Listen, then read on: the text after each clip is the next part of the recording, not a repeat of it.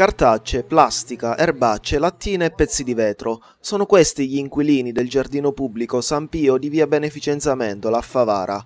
A segnalare alla nostra redazione lo stato di degrado in cui versa la villetta gli stessi residenti della zona, che oltre a puntualizzare la trascuratezza del posto ne evidenziano anche la potenziale pericolosità. Da un sopralluogo si può notare come sul posto, che ci dicono essere frequentato anche dai bambini, sono ben visibili sporcizie e rifiuti lungo la via, tra i giochi che vengono utilizzati dai piccoli e anche vicino alla statua di Padre Pio che si trova in fondo alla villetta. Anche i bagni sono sporchi e maleodoranti. Oltre al fattore estetico, però, il problema riguarda anche quello funzionale. Il pavimento del giardino risulta in più punti divelto e una giostra a girello priva di piastra alla base.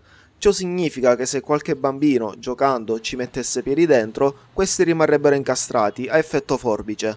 Questi problemi, ci fanno sapere i cittadini, sarebbero stati già segnalati all'amministrazione.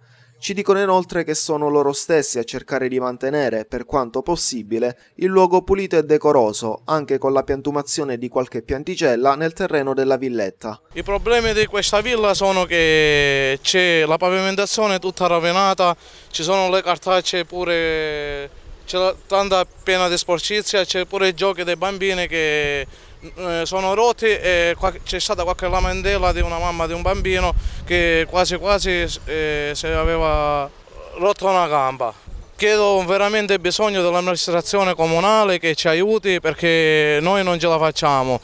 L'appello va quindi all'amministrazione comunale affinché possa ripristinare un luogo frequentato dai piccoli ma anche dai grandi e che giace purtroppo in uno stato di abbandono. Siamo sicuri che anche questo appello verrà preso in considerazione dall'assessore Attardo, che si è mostrato sempre sensibile alle problematiche segnalate ai nostri microfoni dai cittadini.